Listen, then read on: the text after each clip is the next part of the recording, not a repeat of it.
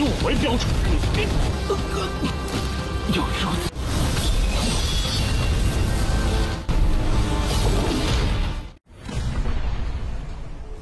Halo guys, welcome back to Kobe Movie. Dan hari ini kita bakal melanjutkan Abang Shihao ya guys ya. Di part ini seru banget karena kita bakal melihat Shihao akan berurusan dengan para murid senior di halaman dalam, yaitu para murid sombong yang ada di Akademi Tianshan guys. Siapakah itu? Kita pun masuk ke intro ya guys ya. Hehehe.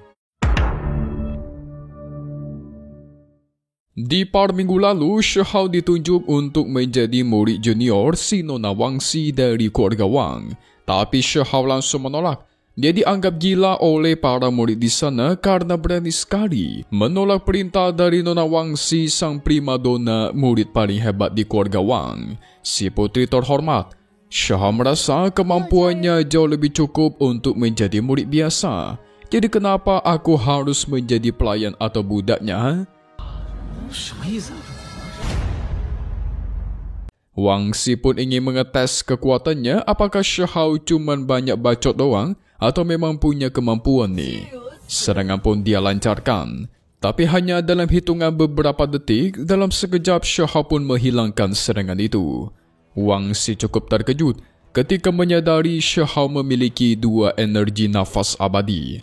Memang memiliki kemampuan hebat nih, tapi terlalu sombong, susah untuk dijinakkan katanya.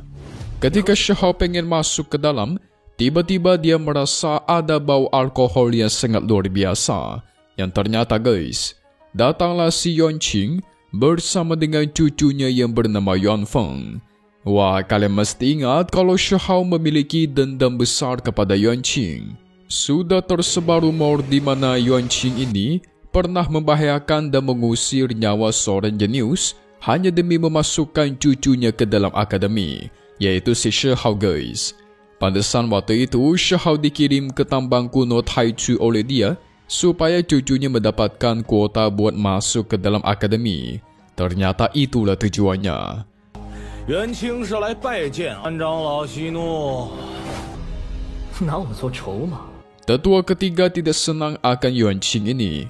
Tapi gara-gara tetua kedua setuju supaya cucunya masuk, ya dia pun gak bisa ngapa-ngapain.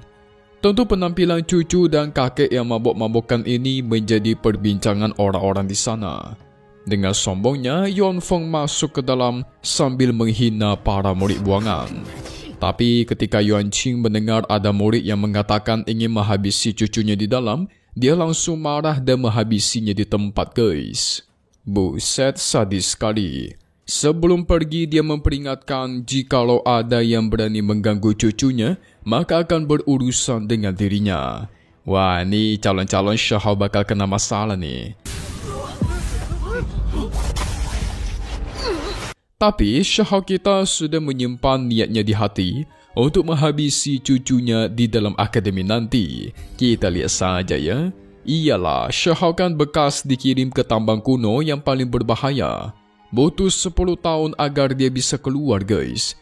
Gak heran kalau dia benci banget sama si Yuanqing.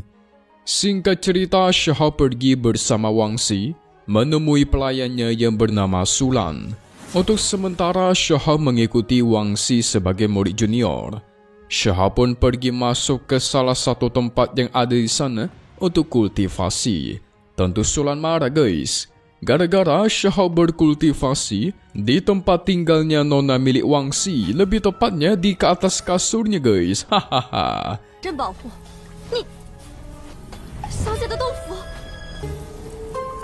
Sebelumnya Wangxi mengatakan kalau Shihao bebas kultivasi di mana aja, jadi dia memilih tempat ini karena merasa tempatnya bagus. Namun ternyata di sana diam-diam ada wanita bernama Qilin.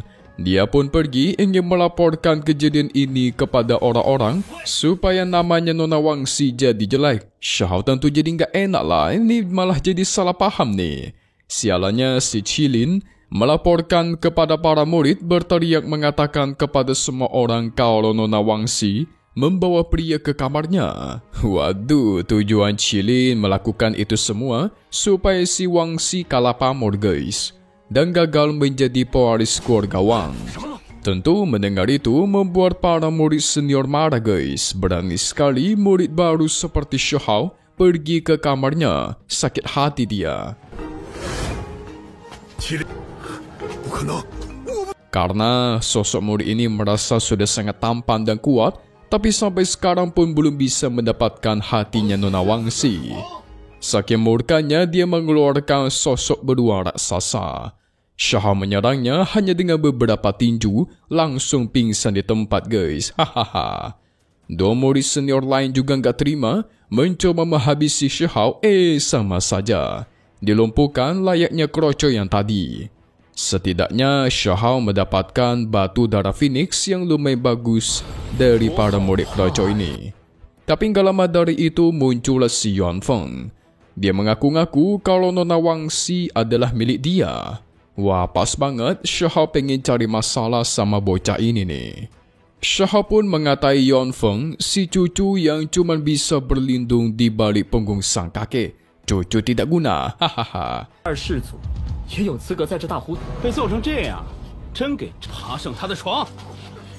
Yuan Feng mencoba menyerangnya tetapi terlalu lemah. Hampir saja Lord kita Shihao menghabisinya dari belakang.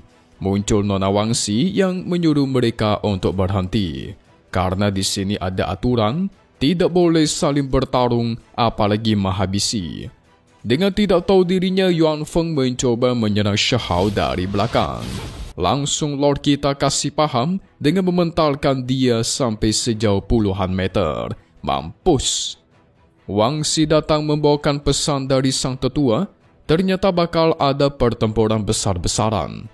Yaitu tanah percobaan rahasia akan dibuka guys. Nah, jadi di tanah rahasia ini terdapat banyak sekali harta kuno dan peluang yang tidak terhitung jumlahnya. Tapi itu juga dipenuhi oleh makhluk-makhluk aneh yang sangat kuat. Jadi ada peluang bagus tetapi ada juga peluang bahaya nih. Wangxi memberikan Shihao beberapa darah Phoenix agar dia meningkatkan kultivasinya secara cepat. Shihao segera menyerap darah-darah itu dengan jalan tahu bunga dewanya guys. Dikombokan dengan energi yang ada di dalam sana, Shihao dengan cepat benar-benar meningkatkan kekuatannya berkali-kali lipat. Luar biasa nih. Akademi Tianshan sangat penuh akan energi yang mantap.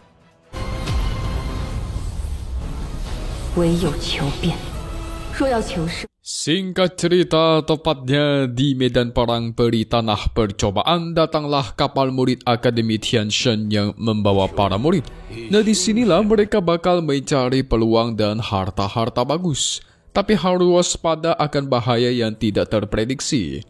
Banyak murid yang muntah-muntah gara-gara mabuk perjalanan, termasuk si Cao Yusheng. Hahaha. Di sini Lord kita Shihao masih belum berniat mengungkapkan identitasnya karena masih ada urusan yang harus dia lakukan.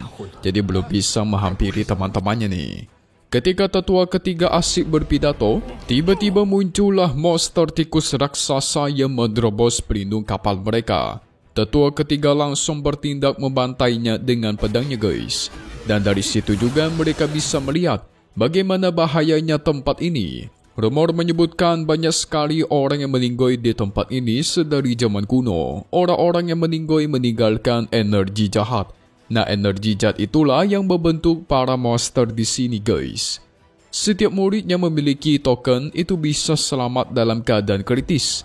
Dengan sombongnya Yuan Feng mengatakan, murid lemah mati yang biar mati saja. Biarkan orang-orang lemah tidak ada di akademi. Tidak usah buang-buang token mahal. Wah, sombong banget dia guys. Lihat saja dia nanti dihabisi ya. Wangxi memperingatkan kepada Shihao yang paling berbahaya bukanlah para monster, tapi justru hati dari para manusia yang ada di sini. Benar ya guys. Mereka bisa menyerang dari belakang kapan saja atau kerjasama. Yuan Feng sebelum pergi memperingatkan Shihao untuk menjauhi Nona Wangxi atau bakal dia habisi. Buset, kayak mampu aja guys.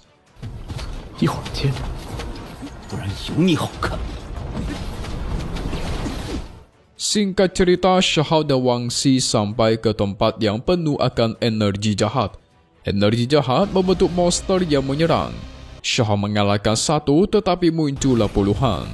Monster itu terus bermunculan tanpa henti. Lord kita menghabisinya dengan sangat cepat. Sing sing sing. Dibantai semua seperti melawan binatang yang lemah. Shao sadar gelombang binatang ini pasti akan muncul terus-terusan.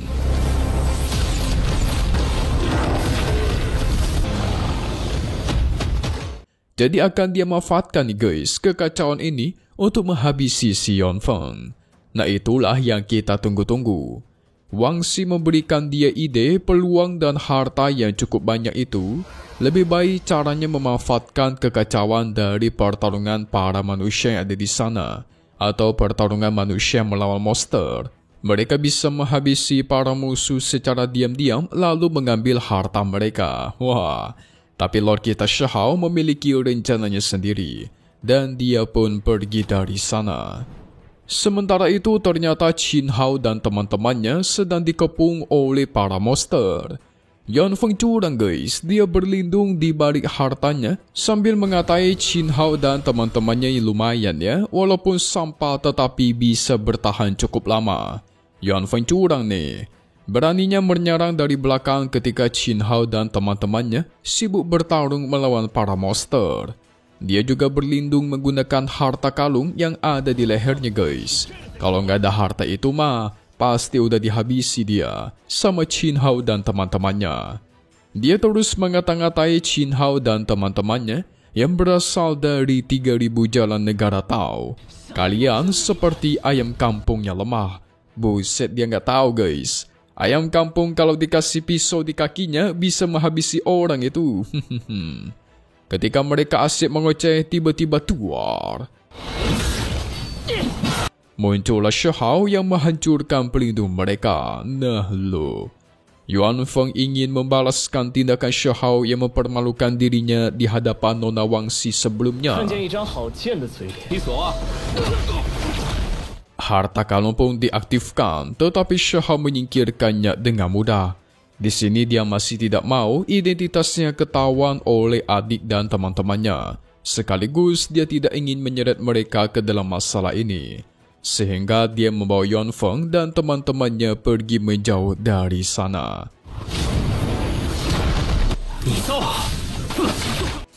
Ini pengen dieksekusi guys. Yunfeng pun dibawa ke sebuah lembah yang gelap. Dengan sombongnya, Yunfeng mengaktifkan harta pemberian dari sang kakek, memanggil tombak emas hijau. Tombak itu menerjang ke arahnya Shao. Dia kira tombak itu cukup buat melukai Lord kita guys. Malah Shao kita tahan dan dia serap tombak itu. Lalu dia habisi kedua anak buah Yunfeng menggunakan serangan Wild Rock.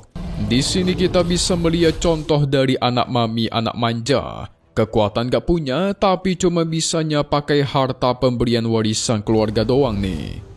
Shao membahas perkataan Yunfeng di atas kapal yang tadi yang mengatakan kalau orang-orang lemah itu lek mati. Tidak usah dibiarkan hidup kata dia guys. Maka dari itu Yunfeng juga layak untuk dia habisi. Shao pun menyerang pelindungnya Yunfeng bertubi-tubi. Semua harta pelindung dia keluarkan. Memang harta yang cukup hebat harus Shao akui. Dia pun tidak akan bermain-main lagi guys. Menggunakan kekuatan hukum guntur, memanggil pedang guntur dan tuar.